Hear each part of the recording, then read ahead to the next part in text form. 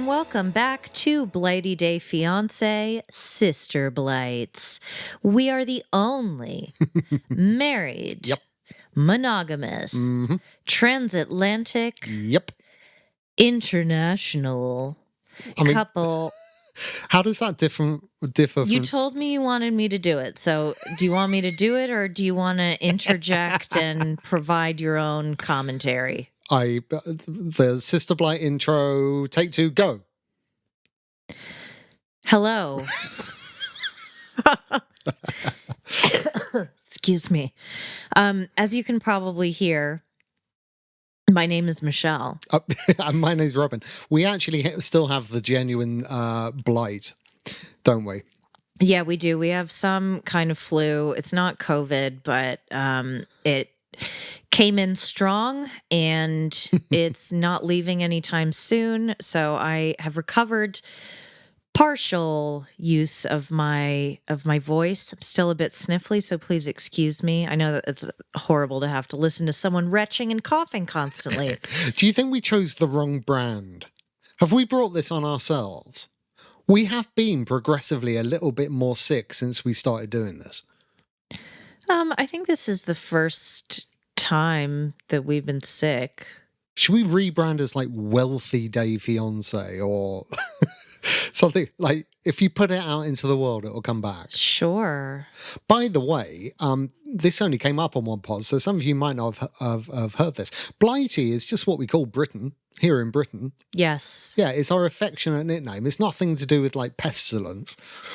No. No. And Bloody Day Fiancé just wasn't going to catch on in the same way, I don't think. No, that was a U2 song anyway. I think, maybe. Who knows? Anyway, hello.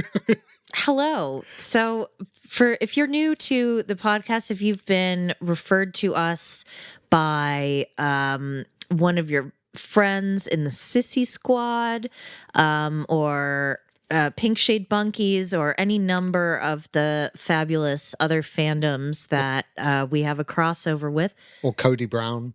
This is what we do. We recap reality TV shows, dating shows, shows about relationships, marriages, etc., things like that.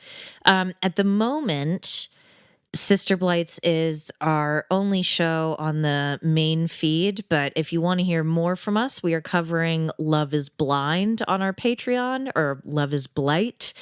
You can join that. Look us up, patreon.com/blightyday. We're going to be doing The Crown, aren't we? Yes. Has that now been decided? Yeah, it has been decided by me and by the fandom. Some people thought we should stay in our lane.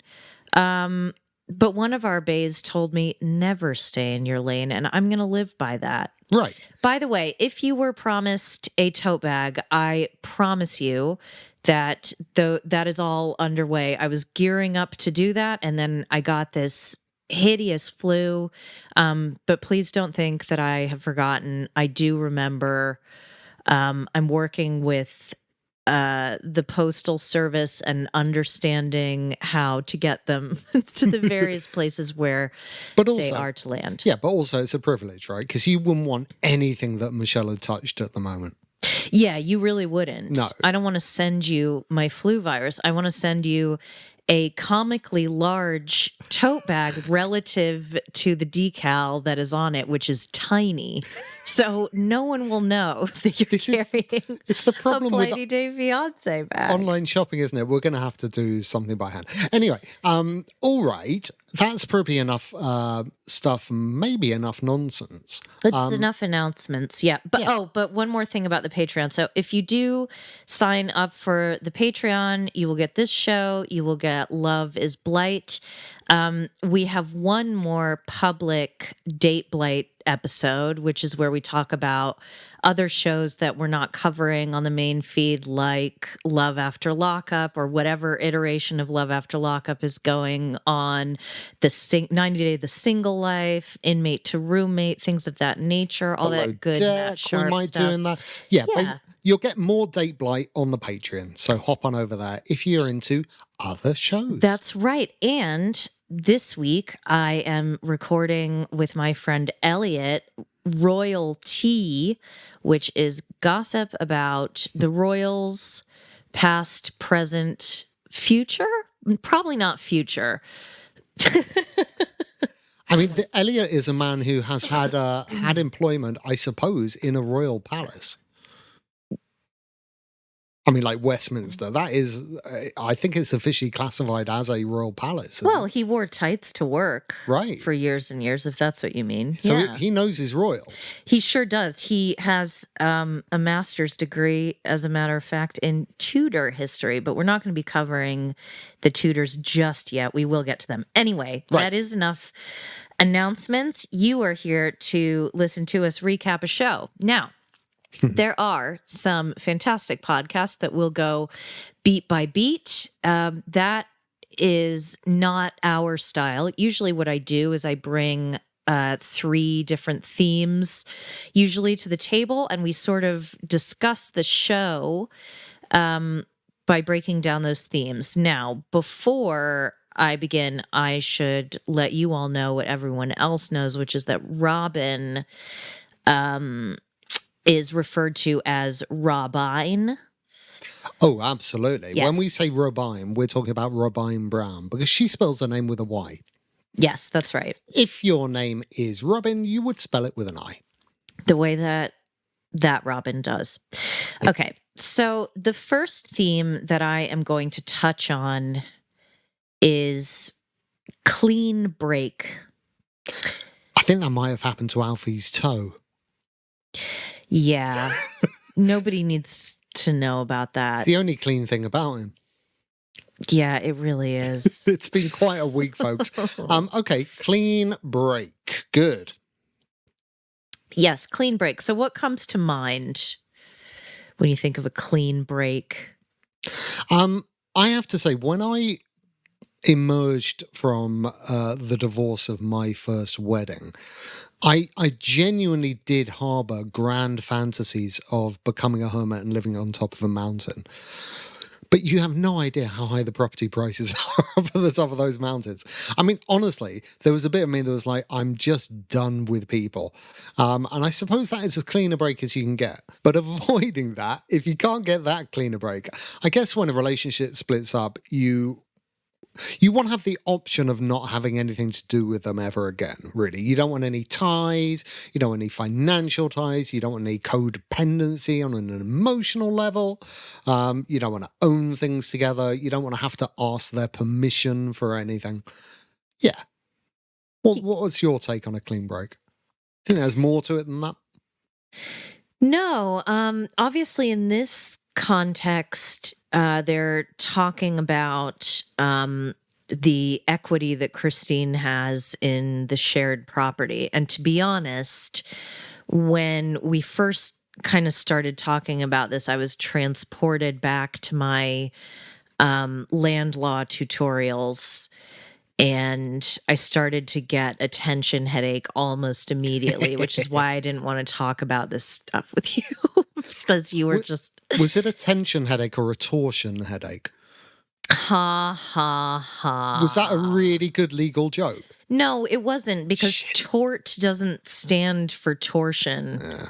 It's not short for torsion. Anyway. I tried.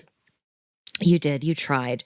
So Cody says, or rather, Christine proposes that when she sell her house, which is indeed in her name only, that she keep the profits of the sale of that house, that she give her lot of land on Coyote Pass back to the family. I think what ended up in reality was that she sold it to him for $10 or something like that. Right. Just so that, you have to, right? You've got to pay something. Yeah, you've got to pay something over.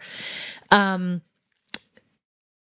you think that was a fair assessment, or are you with Cody? I guess there's more than one option than thinking it's fair being on Cody's side. Yeah, why are you ever asking me if I'm with Cody? The honest truth of it is we don't really know, or at least I don't know. Being new to the show this season, blah, blah, blah. I haven't seen the documents for Coyote Pass. I don't know if they're all down equally as joint owners and they have equal equity in that, if they all invested the same money, so on and so forth. So I'm not really sure. But it all seems entirely overly reasonable on Christine's part, doesn't it? Really? Like the house is exclusively in her name, so she gets all of that. Coyote Pass is partially in her name, and she gets none of that. Right. Seems like a good deal for Cody, I gotta say.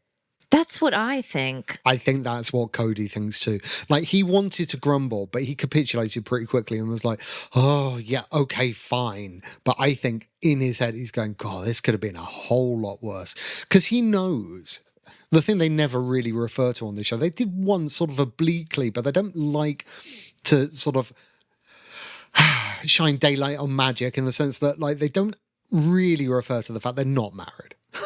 That's right. The thing. They're not married. He has no claim on anything. She has no claim on all of his possessions either.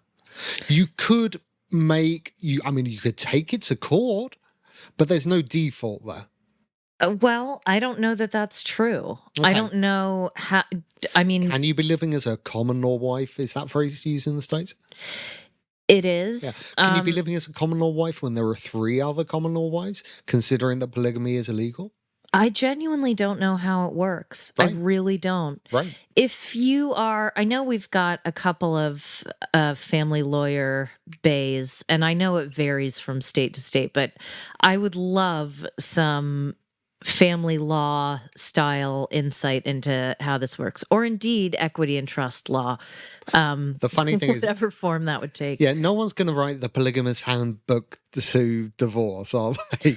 No, but that's the thing, right? The people that actually know about this, they're never going to write it down because it suggests that they accept that it's possible. So it's all going to be like, it's sort of mired in like the histories. Do you know what I mean? The little details. It's like sort of mining into the law, rather LORE rather than LAW, because I don't think even they know how it really works.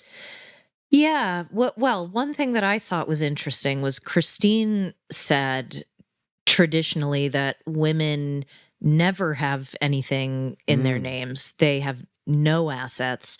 And Cody said that women are the only ones who have assets because if the husband gets arrested, then I guess the bank or whomever. I'd heard that too. I'd heard that in the past too. Or maybe I just saw it on Big Love. I was going to say, I think you probably just saw it on Big Love. Yeah. Which is the source material for me.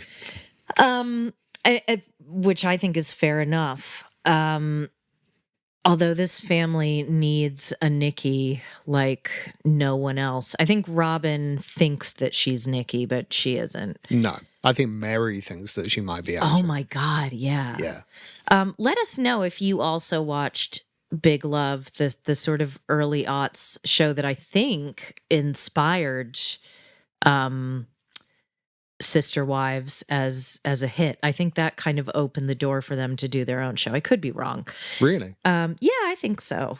I think that show predates this one.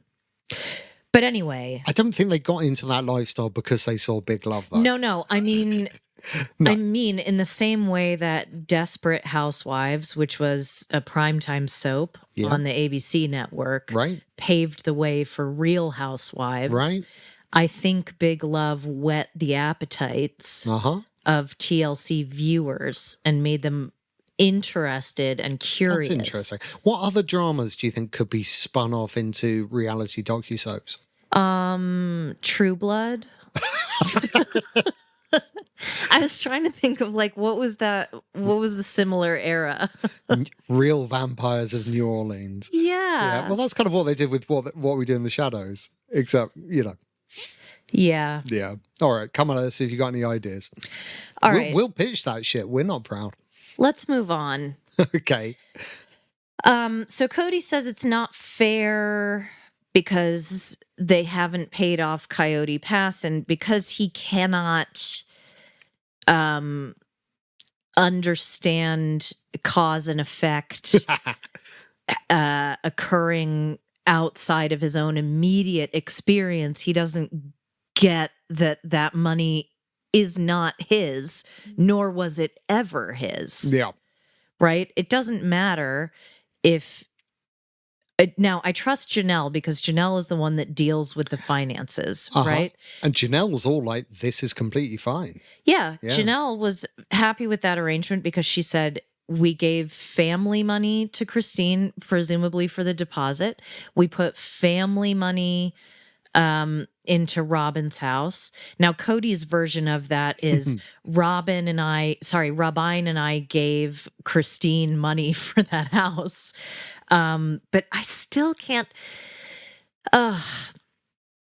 Stephen in Blighty Day Bays always has really good knowledge about stuff like this, and he said that Rabine and Cody actually do work, and that she is integral to his, I guess, arms trade business. And I just can't.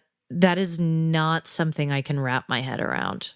Oh, I can. I can see Rabine, like, and you know those 80s adverts for like, it was kind of, chicks with machine guns, that kind of vibe. Yeah. Remember they'd be slightly kind of bodybuildery and a bit oily. Perhaps wearing like a Stars and Stripes two-piece. Like Sarah Palin? Yeah, I can see Rabine doing that, standing out in front of a gun show with her gun show. With her neck on display. Yeah. Funnily enough, her eyebrows are in the shape of like Kalashnikovs. Which is good, right? Now you need to Photoshop different styles. Different weapons. Different assault weapons. Yeah, a couple of sabers. That could work. That is brilliant. I am going to make you do that because you're very good at Photoshop. Right. So, yeah, clean break. It sounds like it is going to be a clean break. I'm thinking also about... It's not. Financially, maybe. Who knows? Another thing that came up that I felt like you could probably relate to is having 4 houses worth of stuff of your things. That is all in one house. Into one house. Yeah. I'm just saying, look, it's I'm a soccer fan of football, as we call it here, right? I understand, and it's the same in many sports, but you need at least 2, for a good team, you need 2 players for every position, right? Because they get injured. I'm just saying you need 4 cables for every position, right? You can't rely on them. You can't rely that you're going to find the right cable at the right time. A cable could get injured. A cable could be suspended. A cable may get called away for international duty. So I'm just saying, you need multiple cables for any instance. One day, and you all might be nodding your heads thinking, yeah, that sounds reasonable. One day I am going to show everyone the full amount of cables that we have in this house. I was so happy the other day. Little Alfie's going on a residential trip where like all the kids... It's outdoor ed, basically, if you did that in middle school. Right. So they're all going off and staying, in Zavud somewhere. And I don't think they're going to Skvim. But are they going to Skvim? They're not going to Skvim. They're going to somewhere in some little summer camp. Yeah. But they were like, you can bring a camera. You can't bring a phone because we don't want to be responsible. But you can bring a shitty old camera or something.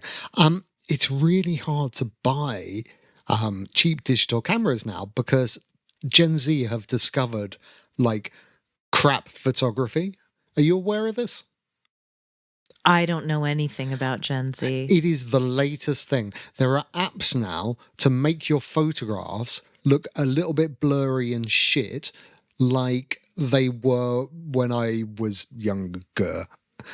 Genuinely, they want photos now not to have that Polaroid kind of effect. So you remember the filters you got on early Instagram. It's not that. It's more like they want everything to look like it was taken with a really shit camera. Disposable camera? Not disposable, but early digital. early digital. Oh, why would anyone want Low that? megapixel, low kind of bit rate, bad sensors for that kind of slightly bitty, blocky, Ooh, crappy. no, no, no. That's what they want. But because of that, all of the secondhand stores, because you used to be able to like you go like past like a pawn shop, PAWN, not PORN, Yeah, and you're gonna have to spell it because it yeah, sounds the same in your accent. they may sell cameras in both. And in the front window there'd be loads of crappy old like digital cameras and stuff. You can't get them anymore. Honestly, there is a shortage of what it is like, ooh, it's your dad's camera, because Gen Z are really into like your dad's stuff, right? They're sort of rediscovering. Wow. Yeah. So you can't buy the damn things. And I was so glad, because I never throw anything out. I'm not a hoarder. I just believe you need 4 digital cameras. You just believe technology is cyclical. You're like Liz Lemon's ex-boyfriend Dennis. And it turns out I'm right, because that's exactly what little Alfie needed. But what I didn't factor in is that when a digital camera sits in a rubber bucket for 25 years, the battery will completely explode and will kill it. So probably should have taken the battery out. This has been Obsolete Technology Corner. Thank you for playing. I have to poop, so we're going to take a quick break. Hey, guess what? The bulldog, right, earlier today, I went a bit little out. I'll keep talking while Michelle disappears off to the loo. By the way, should say we are in the Blighty bed. We we did a Patreon pod in the Blighty bed the other day, and we're still there. Frankly, we can't sit up. We're so sick. So do apologise any rustling or bad sound. It's not the cables. It's not the cables. Now, the bulldog. I came back from picking up Alfie from school, and I was like, this house, it's a bit whiffy. Had a good look around. Couldn't see any poop from the bulldog or the pugglier. Was feeling pretty good about things. I was like, okay, he's just been farting, because he is a legendary farter. And then I thought, I'll go to the loo myself. And I walked into my bathroom, and there, inside my shower, was the most beautiful collection of French bulldog poops. And my theory on this is that he's seen me in there, and he's gone, oh, this is where people do their poos. And he's had a go himself. He didn't realise you have to actually get up onto the toilet. He seems to think that doing it anywhere in that room is fine. I was secretly proud of him. I don't mind saying. I think that's like an evolution of bulldogs. I think he's like the next kind of step of intelligence. It's like what they're doing in The Walking Dead, where, spoiler for the last season of The Walking Dead, suddenly they figured out how they can turn like door handles. Alfie is not happy about that, by the way. Such as he gets to see it, he's like, you can't reinvent something right at the end. I'm blathering and wittering. I could also just press the pause button. That was a moment. As a member in good standing of the Irritable Bowel Syndicate, I think it's okay to kind of lift the veil here and talk about how if you take cold medicine Oh God, yeah. regularly for a couple of days, you tend to get a little backed up. And Yeah. maybe on the first day that you don't do that, you get about 4 days worth. Well, you're lucky, because you can't stand codeine, can you? No, I can't. Codeine messes you up. Codeine works for me, and I might need it because I am in extraordinary neck pain, but it blocks me up, so I'm avoiding. This has been IBS Corner. Now, talking of bodily functions in general, Janelle is struggling a little bit with the lack of the potable water. The whole situation with that trailer is not great. It's suboptimal. I'm just hang on, just having a little water here myself. Hang on.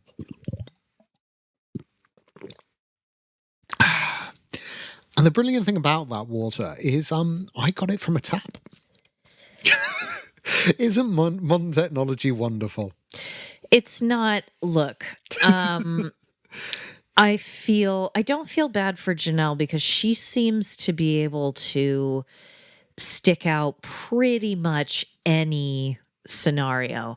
I mean, the fact that she goes camping with Cody and enjoys that blows my mind because I've not, again, this is only the second year that I've been watching the show, but I imagine he's somebody who complains from dusk till dawn. And micromanages. That's not how you light a fire. Yeah, exactly. Yeah, it'd be a nightmare. I suppose you might enjoy going camping with Cody because in your head you can fantasize that you could bludgeon him and leave him out there and no one would ever find him. Yeah, you might. I mean, be it's got able... its perks. Yeah, I mean, who's to say he didn't stumble and fall off that cliff, right? Who's to say he was pushed? How would you ever prove that? Maybe like the hair that's missing from his hair peninsula was ripped out by a bear. Who knows? But Cody is not going to gloat in any of that. He's not going to say, I told you so to Janelle. No. He said, it's more like it's sad. And I've got to say, when Cody says that about you, you need to revisit your life choices. Yeah. Yeah. Poor Janelle. Poor Janelle. She's doing fine. It'll be fine. She's got a day and a half's water. That's all you need. It'll be all right. It chilled me to the bone when she asked him if he could take her bins, like her trash cans, out to the end of the property, and he was like, "Oh man, my truck's full. My truck's full."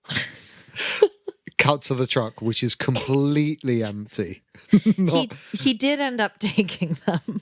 Let us know if you have to use a vehicle. If your property is so large, you have to use a vehicle to take your bins to the roadside.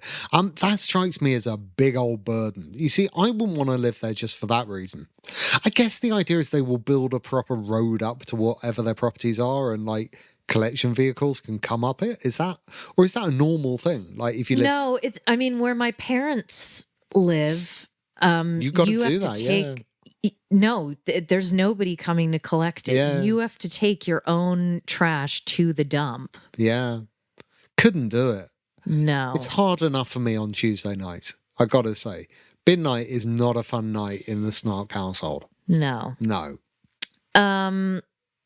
So that's one type of sustainability. Are they going to make it through the cold, harsh winter? That's the thing that's troubling me. Ugh. It's only going to get worse. Yeah. Yeah. Yeah. I don't know what she ended up doing, so I can't say, but I would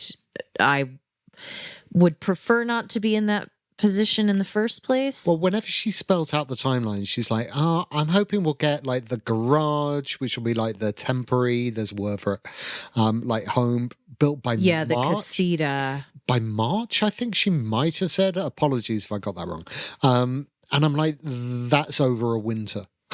Well, I think there's at least one winter in the trailer. Something that I didn't realize until, again, my parents going through a renovation is that over COVID and indeed post-COVID, there are still lingering supply chain problems. Oh, yeah. So it's not only getting the materials in, basically contractors can charge whatever they like. My parents are in a relatively remote area in the Northeast. Yep, you got like one or two suppliers who've got one or two suppliers and no one's got any supplies. The same things happen to the cable market. It's a nightmare. It is, truly. It's a nightmare. So the other kind of sustainability that we talk about, I think we can come back to the sort of titular line, hang on with me. Hang on with me. Guy, come hang on with me. Just do some hanging. HANGING. It doesn't work as good as abide with me, does it? No, abide with me. Should we do our abide with me? Come on, let's treat them. No. when my voice is better, All right. we can do it. Anyway,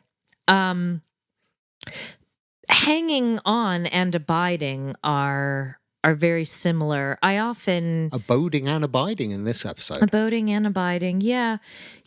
I think it takes a special kind of woman to encourage another woman to remain in a loveless, communicationless marriage based on what?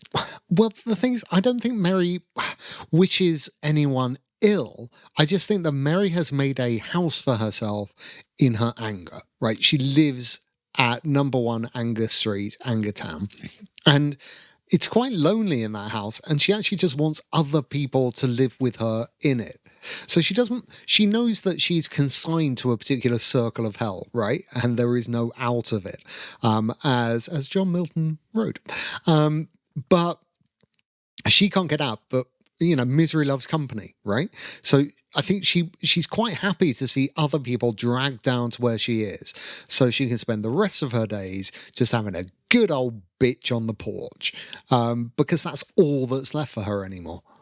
And she's found it in Rabine, I guess.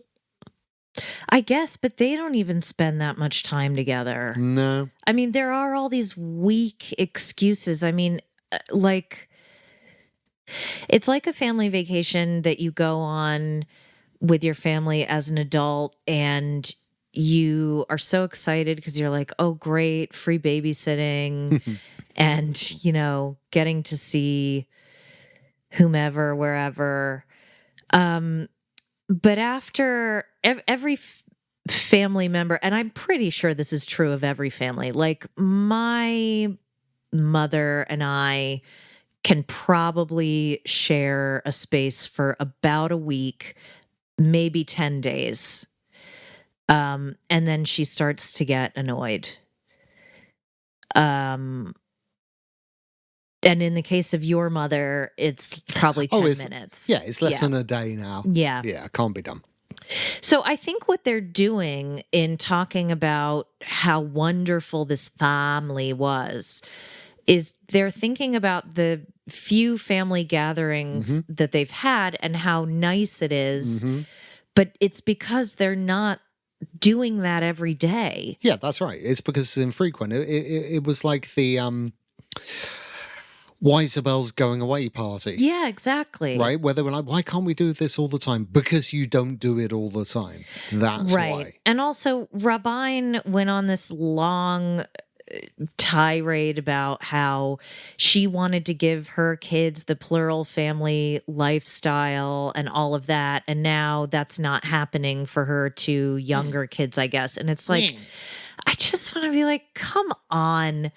There's 2 kids left that are, or there's 3 kids left that are under 12, right? Yeah, they don't need it. They don't need it. No. And given that it hasn't worked, could you maybe focus on giving them a childhood which is successful then, rather than forcing this thing, which has clearly been shown now not to work, right? And raising them in a miserable way?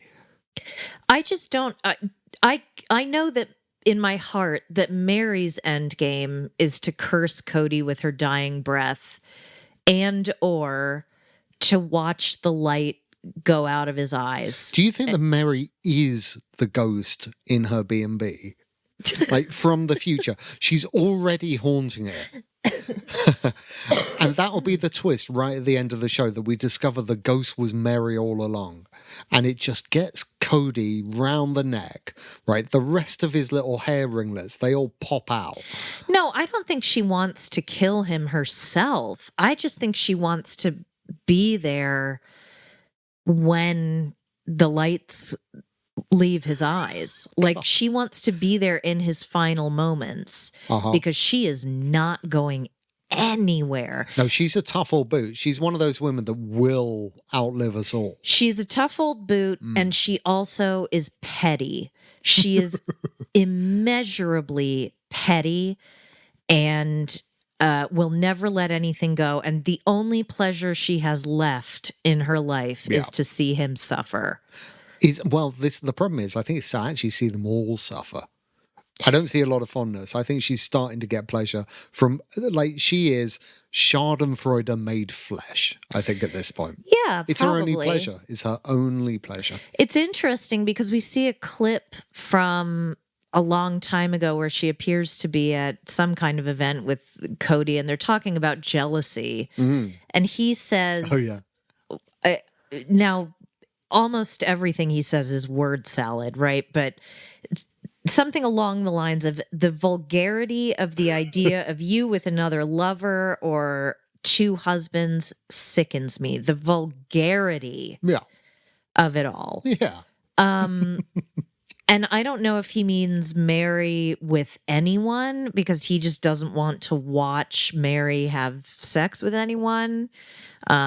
He certainly doesn't have an interest in doing that himself anymore. I'm not quite sure what he was on about there, but what was interesting to me is that Mary talks about jealousy as kind of a transient experience. Like she says, it's just an emotion, you ride it out and you get through it, right?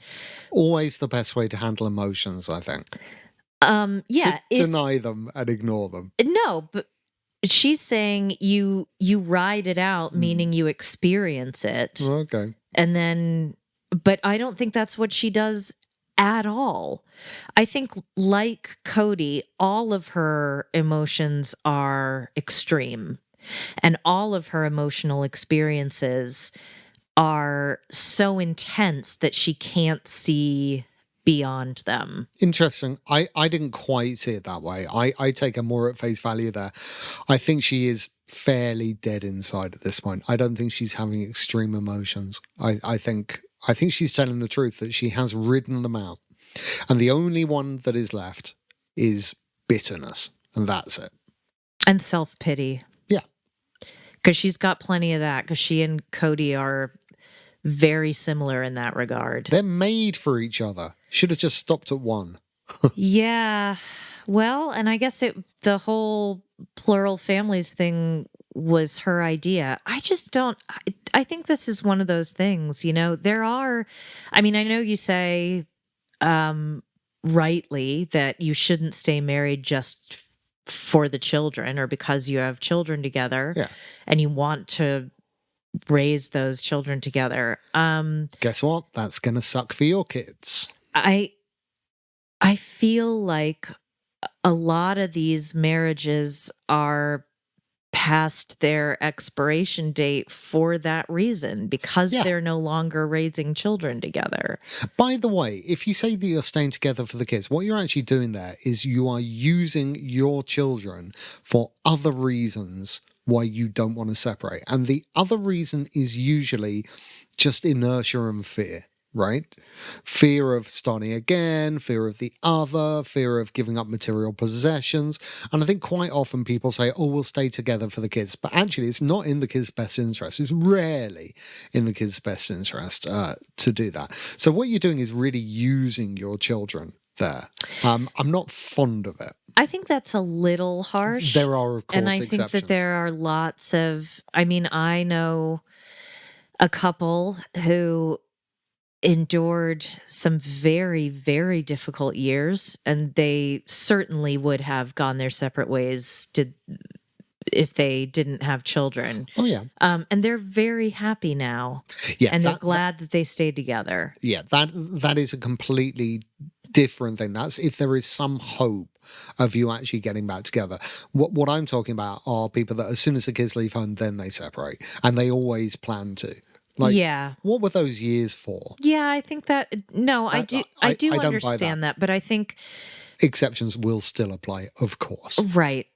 And I think it's such a personal decision, and it can be informed by past traumas and, how you grew up or.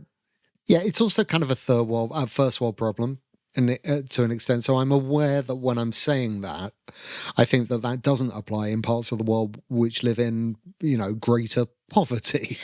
All right. So don't think that, although I say it as a general thing, of course, as soon as I say it, I can think of many examples where you may stay together for the kids because survival might depend on it, essentially, and great. So don't think I'm criticizing, but if you're doing it because you think it will be better for your kids' emotional well-being, I'm not always sure that that's true.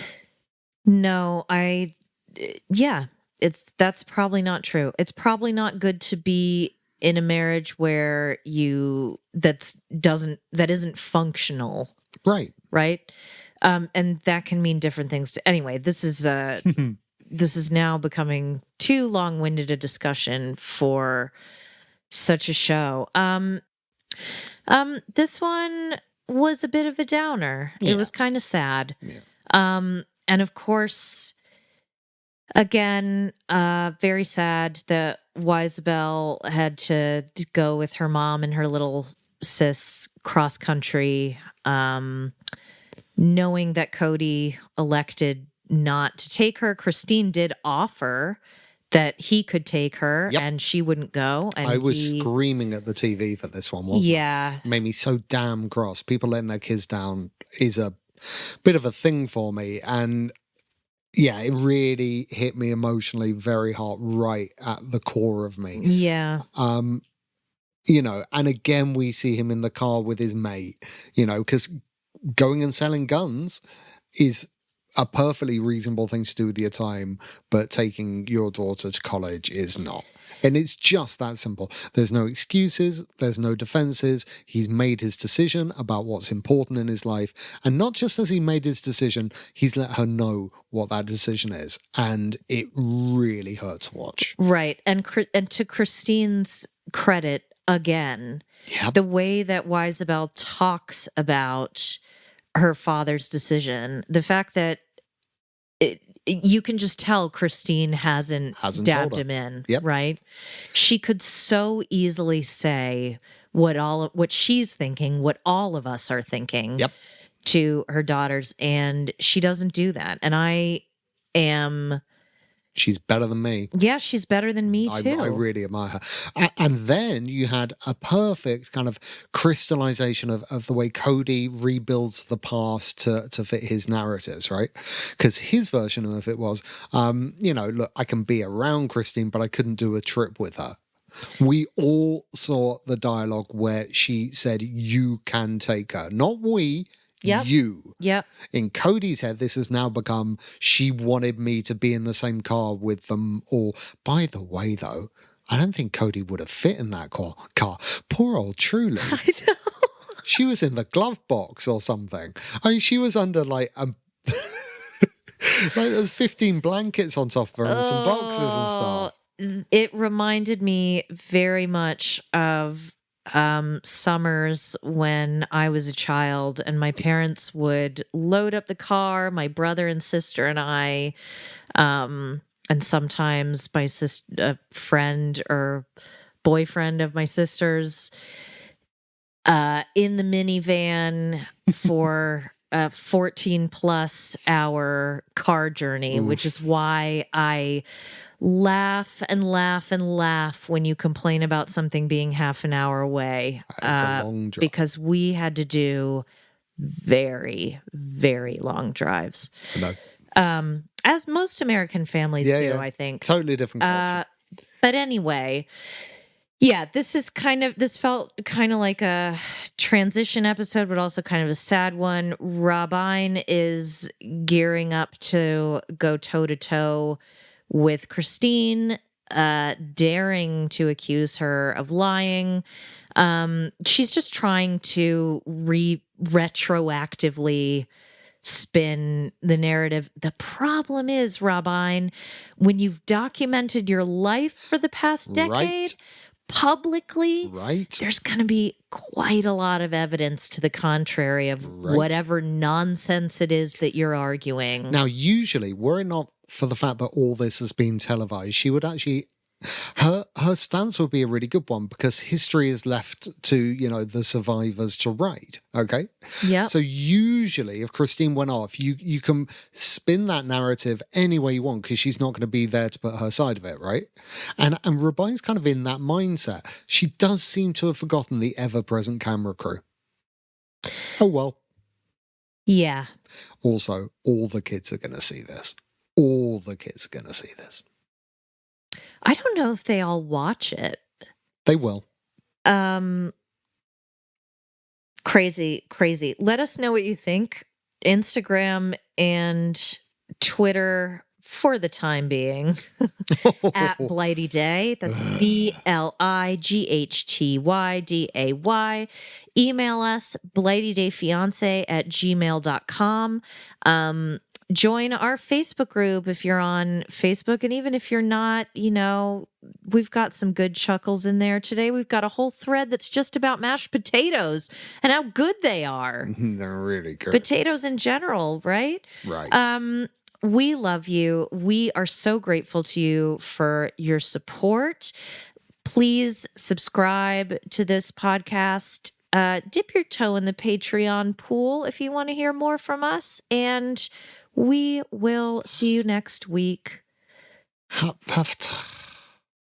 Oh, sorry. Yeah.